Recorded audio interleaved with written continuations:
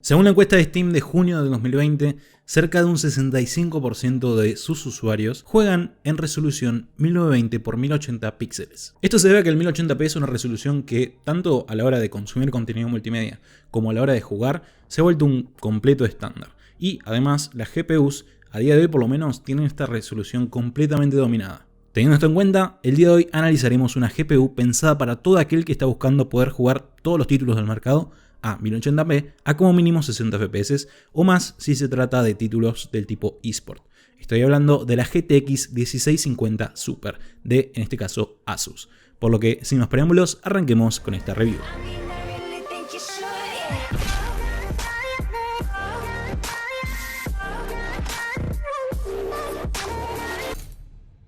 Muy bien, para arrancar a hablar de esta GPU vamos a empezar con el unboxing de la misma. Cuando tengamos la GPU en nuestras manos, simplemente al abrir la caja encontraremos a la placa en sí y debajo tendremos un pequeño manual y folletería de la marca.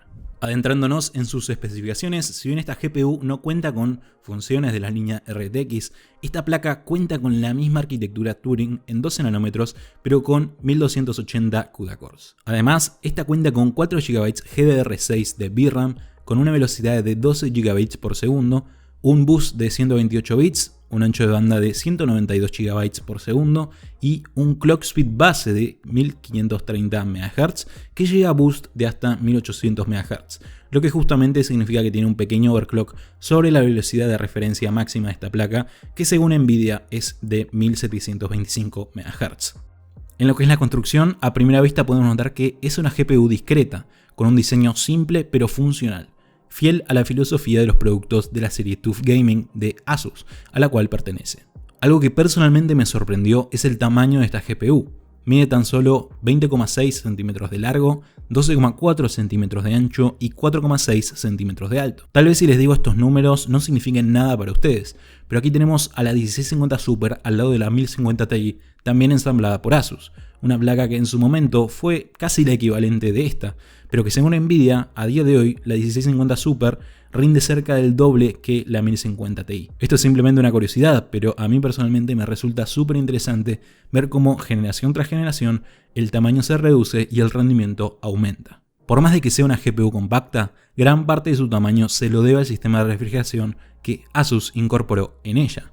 La misma cuenta con un heat pipe en contacto directo con el die de la GPU, el cual es refrigerado gracias a estos dos coolers de 75 milímetros cada uno, los cuales no solo cuentan con sus rodamientos lubricados con lubricante de grado espacial para justamente mejorar la vida útil de los mismos, sino que están fabricados bajo la norma IP5X, lo que nos asegura que no solamente vamos a tener una muy buena protección contra el polvo y demás partículas en suspensión que se encuentran en el aire, sino que además tendremos una vida útil muchísimo más prolongada. Para ir cerrando con su construcción, podemos ver que la estructura de la placa tiene este acabado en color negro, tanto en el frente como cubriendo el PCB por la parte trasera.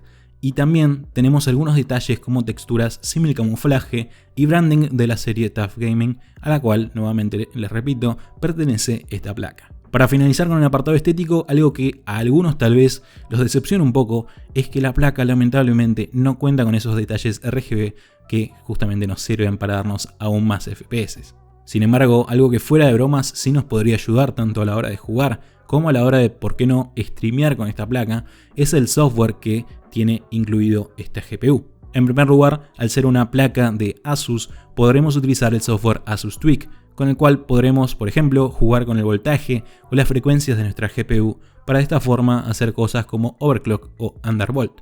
También podríamos configurar curvas de ventilación y, por qué no, activar un on-screen display que nos da información en tiempo real de nuestra GPU mientras jugamos, como por ejemplo su frecuencia o a qué temperatura se encuentra. Otro punto súper positivo de esta GPU y que no muchas placas de gama de entrada tienen es que al ser una placa de Nvidia contamos con algo maravilloso llamado el codec NVENC. En pocas palabras, este codec nos permite, por ejemplo, hacer streaming en Twitch y que el componente encargado de la codificación del video sea la GPU y no el CPU, lo que nos asegura una mejor experiencia a la hora de jugar. Además, otra ventaja que tiene este codec para gente como yo, creadores de contenido, es que nos ahorra mucho tiempo a la hora de exportar o renderizar nuestros videos. Esto para algunos les podría parecer un detalle sin mucha relevancia, pero créanme que si están interesados en no solamente jugar, sino por qué no empezar a hacer streaming o producir contenido multimedia, el codec NVENC es un extra que le suma muchísimos puntos a esta placa. En lo que es la conectividad, contamos con un puerto DisplayPort 1.4, un puerto HDMI 2.0B y un puerto DVI nativo o del tipo D, DVI-D, lo que nos permite tener hasta 3 monitores conectados a la vez, incluso si los mismos soportan G-Sync. En lo que es la alimentación, realmente es una GPU que consume muy poco, unos 100 watts aproximadamente, y para ser alimentada requiere un conector PCI Express de 6 pines que prácticamente cualquier fuente tiene, sea certificada o no. Gracias a su bajo consumo, creo que es una placa ideal, sobre todo si queremos actualizar una PC de entrecasa. Eso sí, deberíamos asegurarnos de que la fuente de nuestro sistema se dé como mínimo 350 watts. Ahora salgamos un poco de los números, salgamos un poco de las especificaciones y hablemos de qué tal rinde esta placa en el mundo real. Para esto vamos a probar esta placa con componentes de distintas gamas y también de distintas generaciones, para que se puedan hacer una idea un poco de cuál sería el máximo rendimiento que le podrían sacar y cuál sería el mínimo de rendimiento que le podrían sacar.